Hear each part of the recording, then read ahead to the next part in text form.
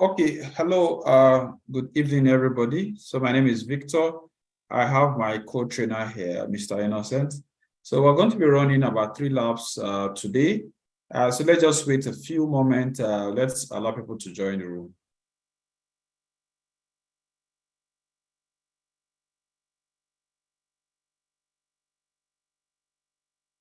So just a few seconds. This is the Cisco CyberOps certification training. It has quite a lot to do with helping students, preparing them to become tier 1 analysts.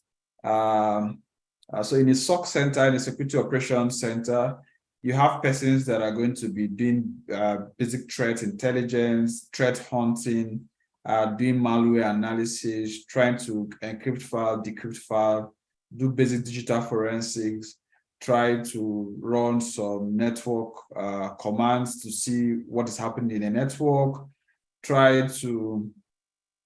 So these are some of the functions, some of the duties of a SOC 1 analyst. So we're still going to wait a few moments till we have more persons in the chat.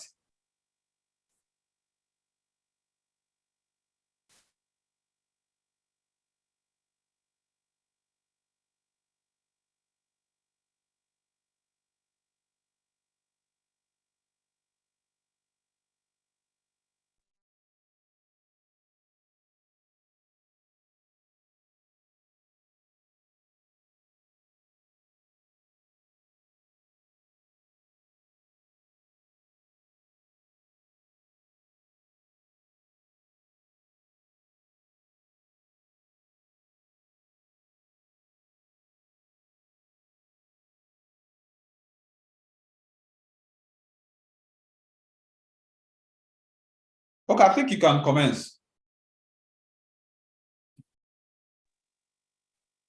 Okay, good evening, everybody. Hope you are good. So this is lab 6 of our Cisco CyberOps hands-on lab.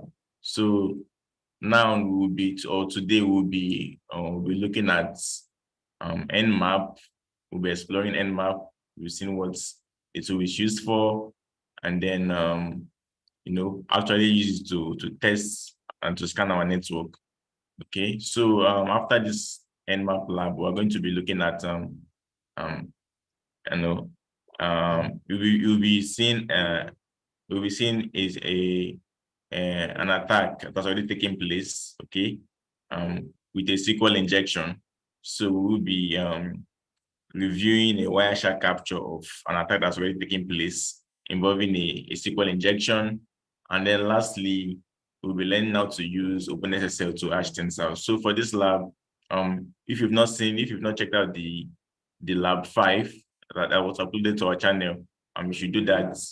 We just uploaded it today about an hour ago or thereabouts. So you should check it out. Just about OpenSSL. So you should really know how to use this tool for your encryption and decryption and other purposes. So let's just get started with this first lab, exploring Nmap. So firstly, what is Nmap? So Nmap is Nmap short for network mapper. Is a powerful and widely used tool, okay, for scanning our network.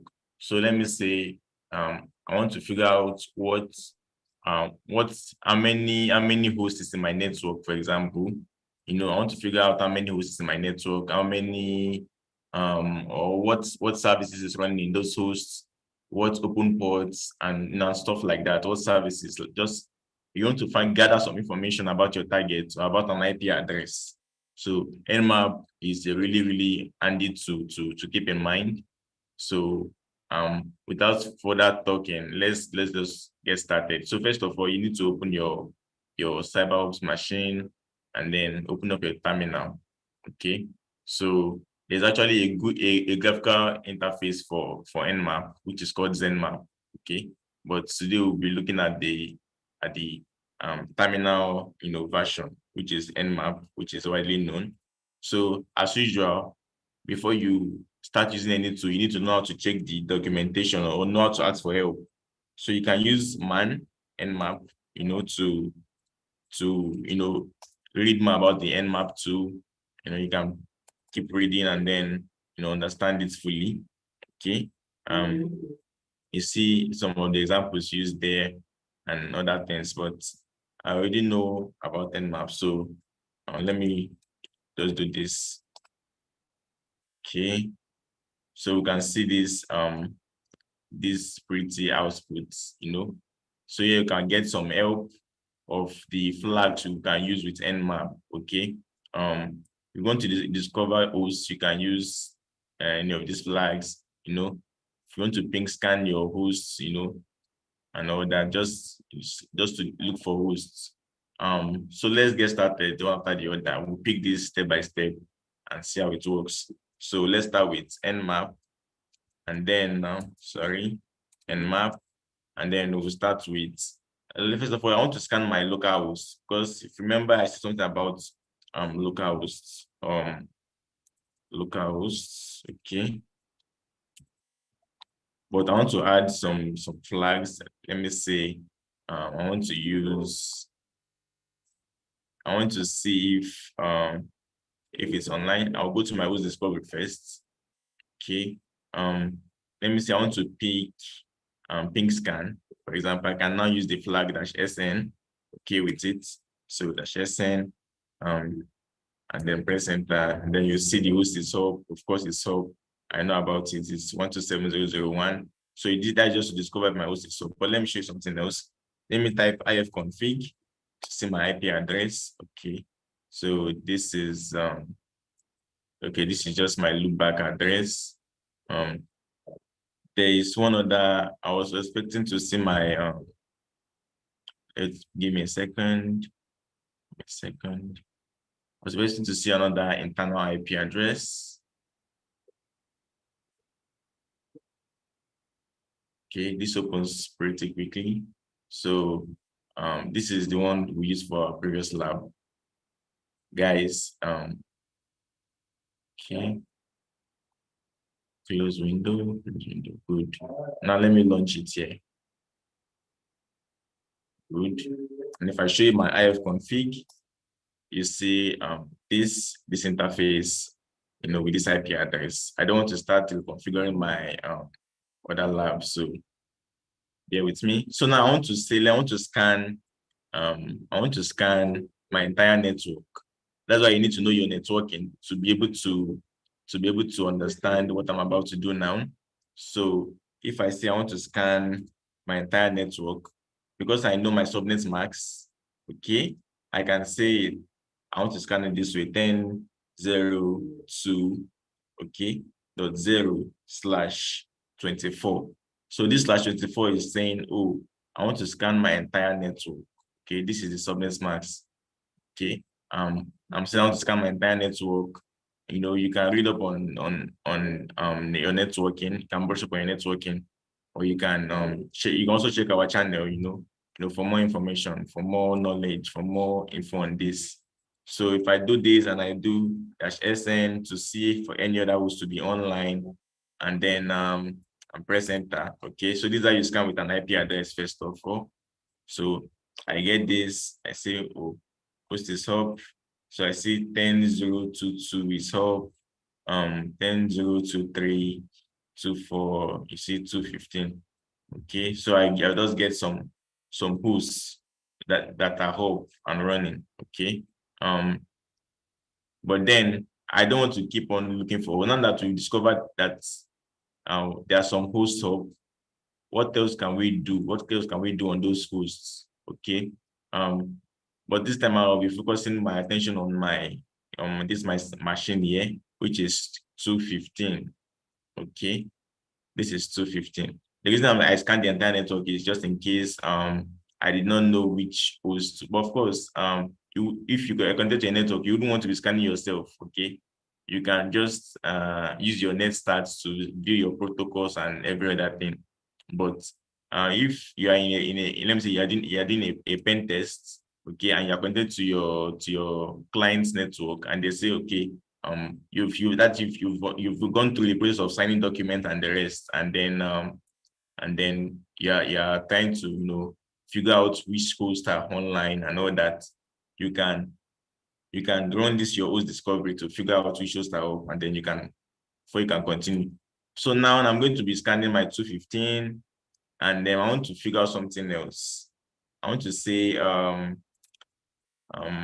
what else can I do with this host?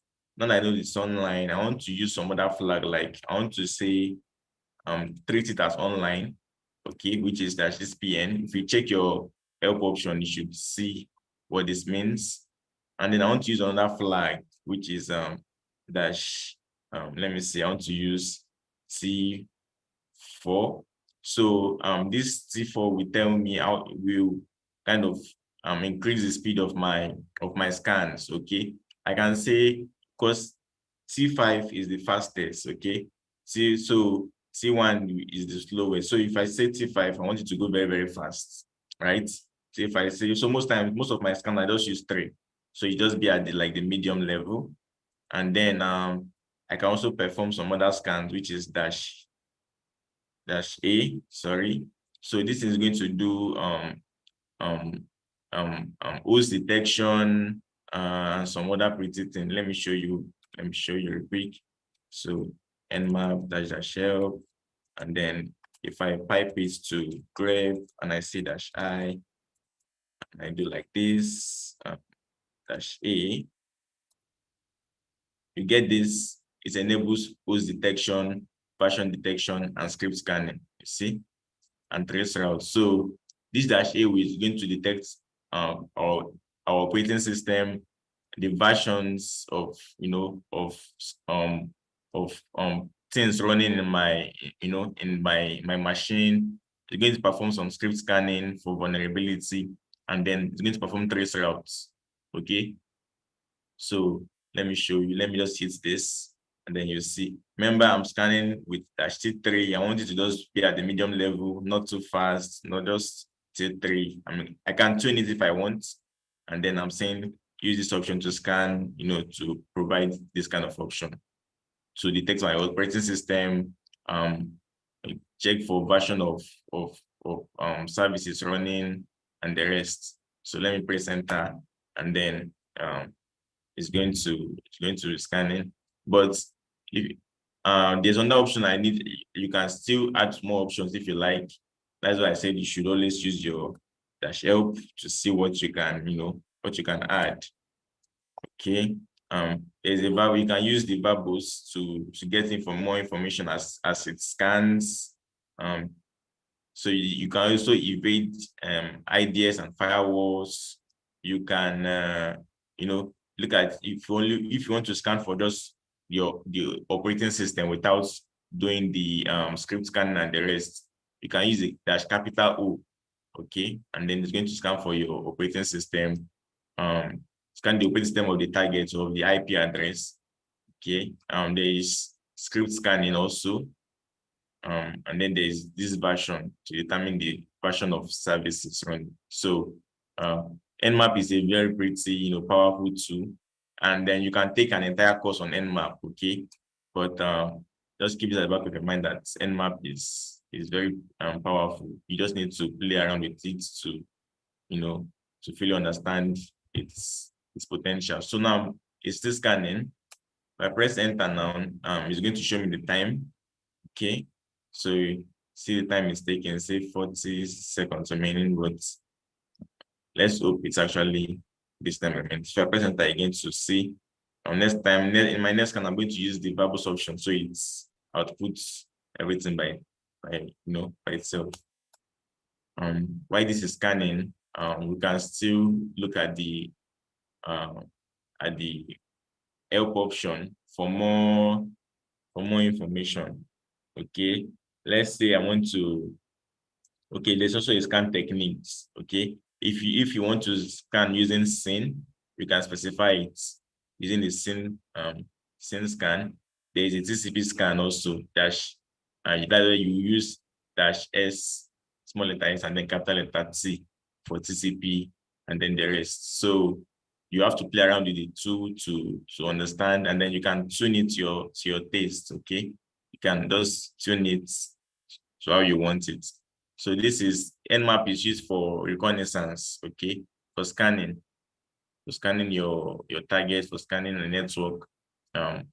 So you shouldn't be scanning any network or any service any IP you've not been authorized to scan. Okay, that's why you must always get a written permission, or a permission from the owner, or from the the owner of the network. So you don't just go about scanning people's network. It can disrupt a lot of things. So now our scan has completed, and then if you see the time it took, 177 seconds. So I could have used the -T5 to make it faster, but at least this is there. So now if you look at our scans, so what I scanned is my own machine. Okay, I did not scan another machine. I scanned my machine using my IP address. So we can see some ports open. One port that's open is FTP port 21. So this is the service FTP, and this is the version of FTP. So before you even start exploiting, you need to know all this information. Okay, you need to know the version number and the rest. So if you can scan a target and you get this kind of information, then you can now start going to the internet and be searching for specific vulnerability concerning this version. Okay, this is why reconnaissance is important. This is why scanning is very, very crucial. Okay, so now we can see this FTP. We can see SSH is open, so it's open, it's connected. We can see telnet service. You can see the hosts. So this is very good information for an ethical hacker, for a security personnel. So this is very, very helpful. And then let me go back my scan and say I don't want this again. I want T5 capital O, and let me say I don't want DNS resolution. Okay, so stop doing DNS resolution, and then if I press enter, okay, this time I'm going to need root to be able to execute this kind of fingerprinting. So if I do sudo, and this time I'll use the double V for verbose, okay, and I press enter, it has on my password. I put in my password of CyberOps, and then as it scans, we get this information, and very fast, just like that, we get this. So we see it still scanned it still gave us some open ports, but this time around, it's not showing the service, okay, like the version, I mean. So we can see the operating system used, Linux. Of course, we know this is a Linux box, so we are certain of this. And then we can see some of other things, the details, it's showing us. So Nmap is very, very, very powerful for scanning and reconnaissance. So you need to be careful how you play with it, and you need to, you just need to be careful. Okay. So there are many options you can try out in Nmap. So many options you can try out, from trying to evade IDS and firewalls and so many things like that. So now there's another, let me now scan a normal website that actually hosts that is the owner of Nmap. So let me scan this site. Actually, if had it been they did not give us the permission to scan it, I wouldn't be scanning it. So because they've already said, okay, you can use test our tool. Okay, so they created Nmap, so they say we can scan their sites. So it's actually scanme.nmap.org. Okay, so this is a normal site. If I try to ping it, it should work. Let's see. If I try to ping, let's see, I hope I'm connected. Yes, I still have internet access. So 0 packet loss. This is not it, sorry. So this is why you should be careful what you type. Nmap, if I can type, for goodness sake. Okay, connected. Okay, still works. It's the same. This is the subdomain, so it works. Okay, let's try to scan this real quick. And what I'm going to remove this -n because it's going to be doing DNS resolution now, because now I'm using the domain name. Okay, so I use that -n to make it a bit faster because I was scanning my IP address before. So keep that in mind. So now this is Nmap scanning these targets. Okay, I'm treating it as online. Okay, because I'm not discovering hosts. I know the host is readily available online, and then I'm saying go very fast, and then I'm saying I want to figure out your operating system, and I'm saying double bubbles. How about instead of just 0, I just use -a? Okay, so let us get this once and for all. So this is what a live target will be like. All right, and then it scans, and then we're getting this, these reports here. So we are saying discovered open port 80 because it's a website, of course. So they also have SSH hosted on their site. They also have these other ports.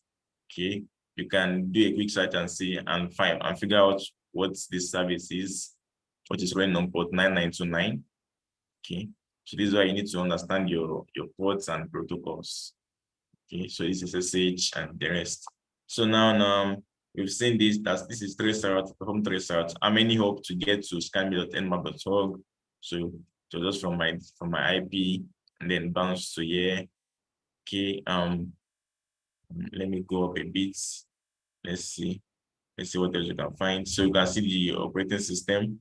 So it's guessing it's okay.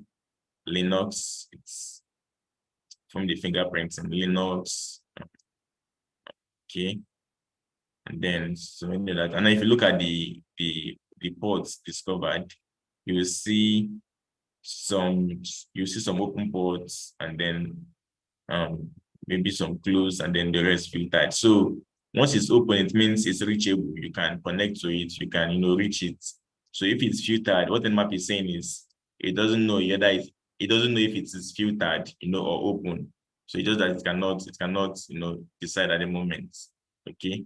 So so far, look at Apache web HTTP server on port 80. So this is some pretty cool information if this was our target, okay? Or if it will give us permission to say, pen test, check our sites for vulnerability and stuff like that. But so Nmap is very powerful. You can literally do a lot of things in Nmap. Okay, so keep that at the back of your mind. And then I think this is it for the Nmap video, because I've showed you a lot already how to use the flags and the rest. So you just need to try out more options, okay? You try out more options and then give us your feedback and any questions in the comments below. So while we wait for questions, we'll be entering this next, the second lab for the day. Okay, so if you have questions, if you have questions regarding the Nmap tutorial, Nmap is network mapper. You can use Nmap to plot if you use the ZenMap option, it's able to pictorially draw the topology of the network. But if you use the command line interface, it's going to give you options to do some fingerprinting, do some reconnaissance, do some footprinting. Now we know that the 5 stage of hacking, every security analyst should understand that, or a SOC analyst should also understand that there are 5 stages to a hack. A hack is going to start from first, reconnaissance and footprinting. Then the next stage is always going to be scanning. Then the next thing is gaining access, maintaining access, clearing tracks. And those are the 5 stages of hacking.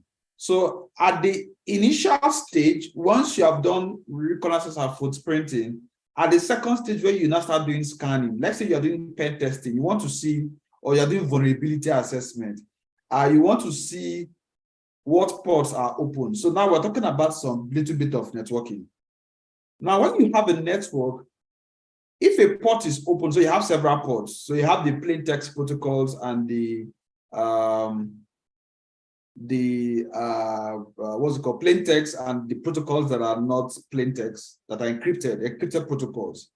Now your plain text protocols are like your what's it called, your DNS 53, like your AT, like your Telnet. All of those protocols are plain text protocols because they are not encrypted.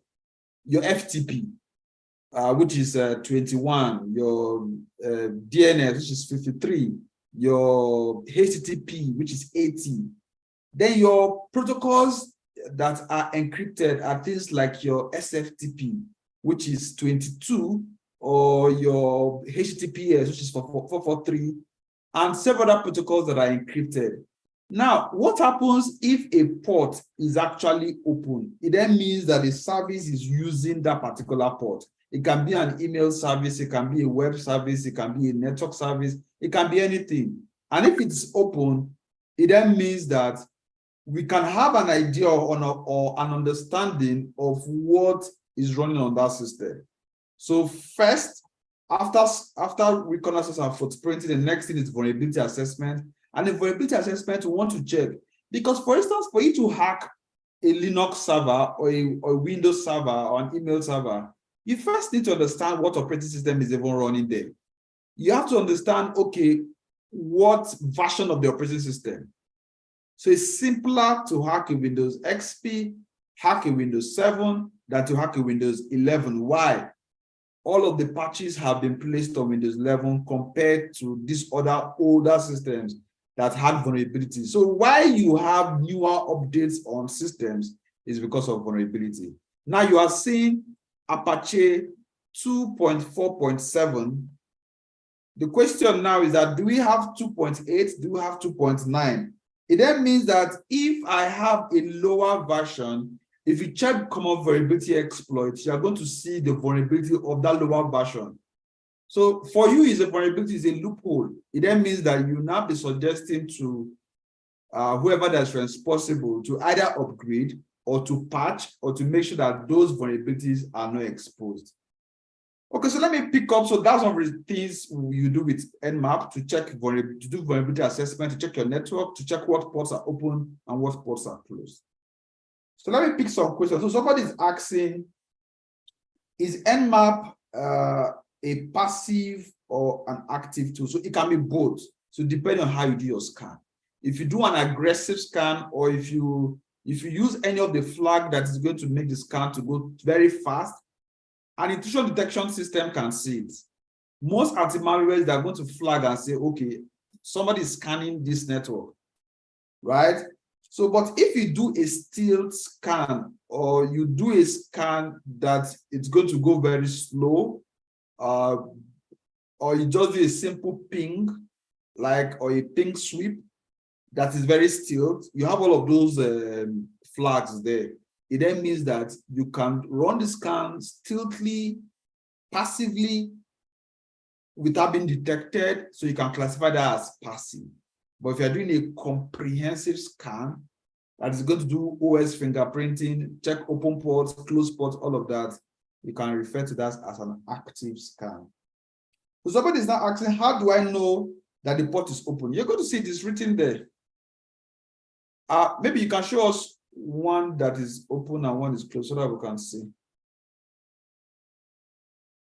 Okay, good. So you see HTTP is open, and what service is running it is the Apache service. So somebody said, I use Nmap for scanning.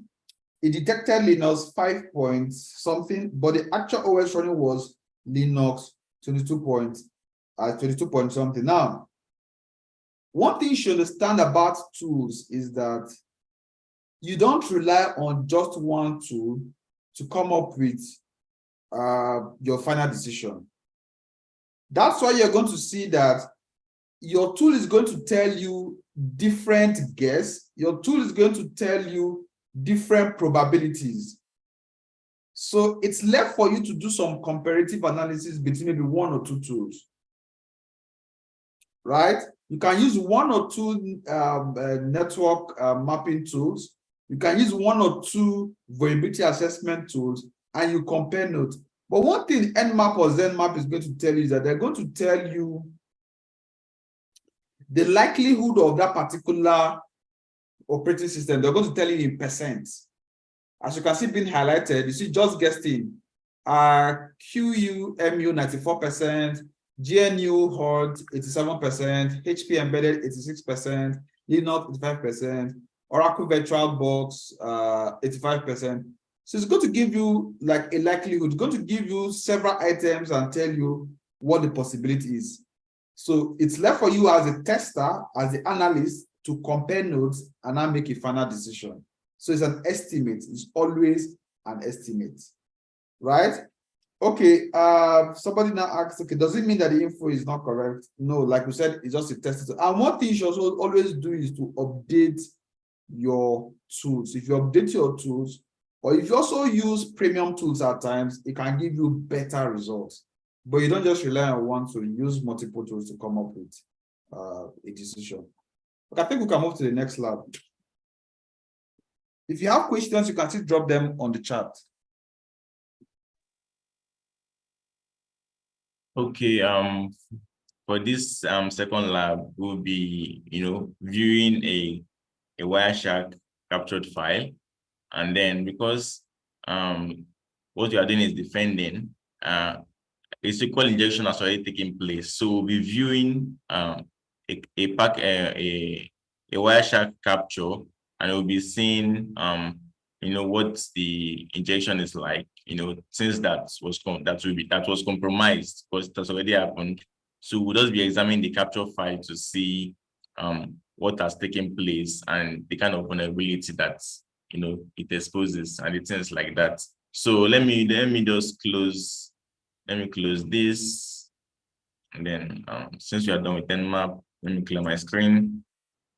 Clear my screen, and then we are going to go to our where our script is located, which is in lab support files. Lab support files. And then if I do ls, I'm looking for a SQL lab.pcap. Okay. So I'm going to open it in Wireshark. So if I do Wireshark SQL lab.pcap and I press enter, it should open up the file. Okay. Should open up the file. So if you see here, so now we're back again to Wireshark. So now we will see how Wireshark can be used to investigate, an attack that has already happened. Okay. So this is the source and the destination. So okay. So like I've showed in the previous video, this is a packet. Okay, this is a packet that was intercepted with our Wireshark. Okay. So now, since it's SQL injection, SQL is a type of vulnerability that you will find in web applications. Okay.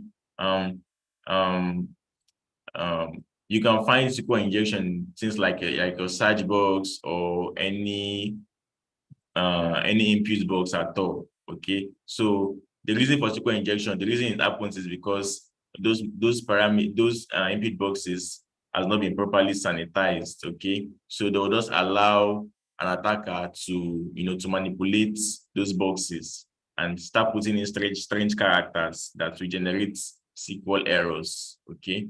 So now let's see, because we know it has to do with HTTP. We should be looking at HTTP traffic here. Okay. And if you see here, we are looking at a post. It means this is it's a login form, and then it's a login form, and then the attacker tries to access it, tampers with it. So let's just see what we can get from this. If I right click on this and I say follow CCP stream, so let's just examine it properly.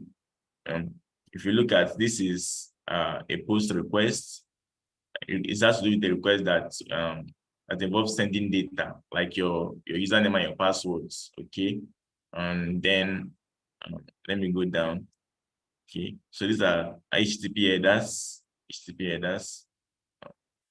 So okay, so if you remember, we're still investigating. So from this place, you can see that, okay, this is the username, the the attacker is inputting the username and the password, okay?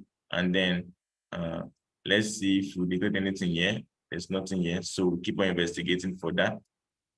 So we want to be looking for anything that has to do with the SQL injection, okay? And then I will show you when we see it, I will show you what I mean, okay? So there's no SQL injection here. Remember, this is a packet.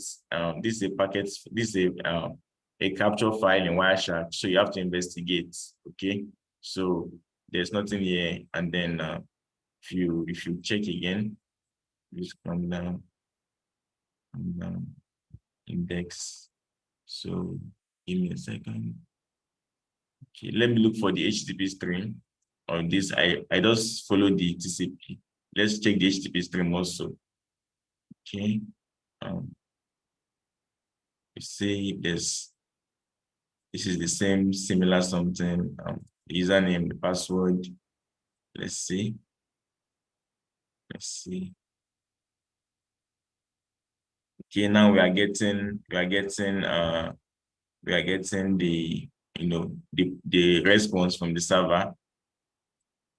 This is why you need to understand your web application to be able to understand this. Okay. If after taking your web class and then you come back to this video, you understand it a lot better. But I will try as much as possible to explain, what is going on here. Okay. All right. Give me a second. So, okay. HTTP string. Now I'm looking for anything that has to do with ID. Wait. Get. Okay.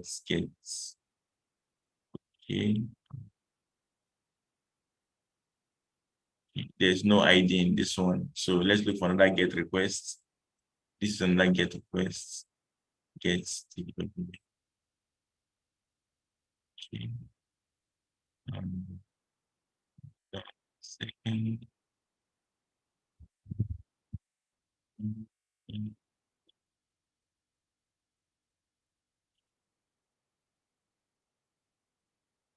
SQL, VBW, vulnerabilities.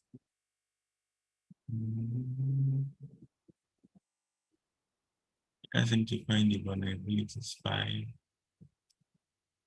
Okay. This is login. Okay. Give me a second.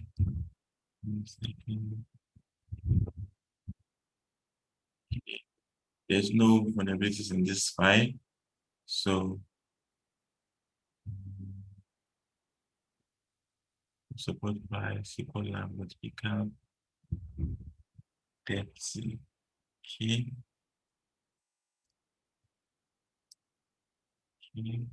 Let's see this. Let's see this. Follow HTTP stream. Okay.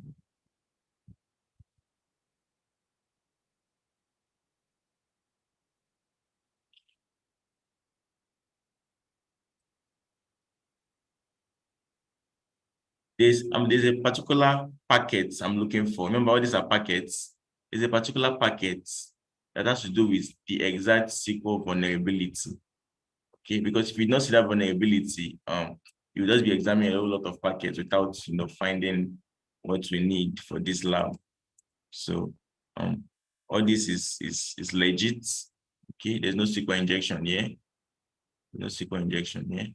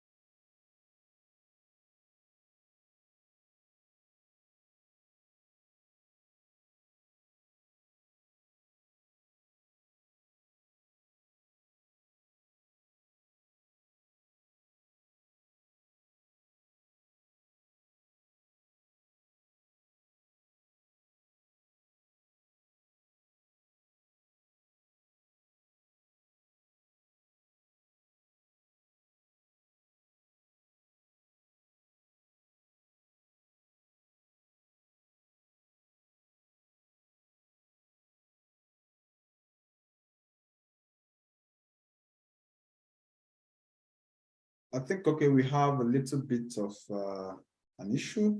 So let's just wait for him to return to the live stream. Just a second.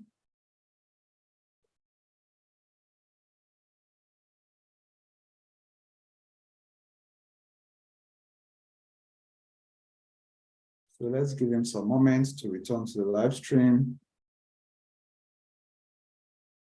Just a moment. So if you have questions, you can do well to ask on the chat, and I'm going to reply your messages. We can just use this for a 2 or 3 minutes break to stretch. Don't forget, if you have questions, you can drop them in the live chat. I think the person that asked the question about how to like close ports that are already open, that precaution it's very, very important, because you don't want to close ports that it's been in use. So I'll send instructions for Windows and also send instructions for what's it called, for Linux.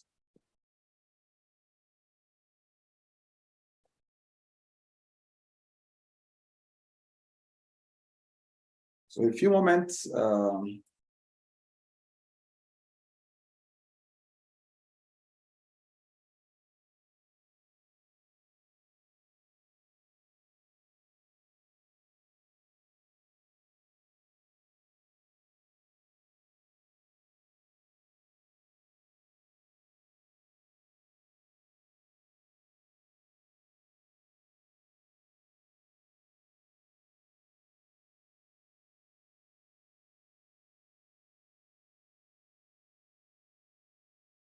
Okay, I think we lost him.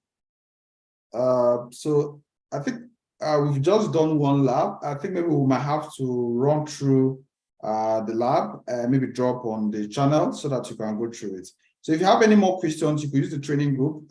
We can write on the training group. Thank you very much for the call, so that we don't keep you waiting, and we see you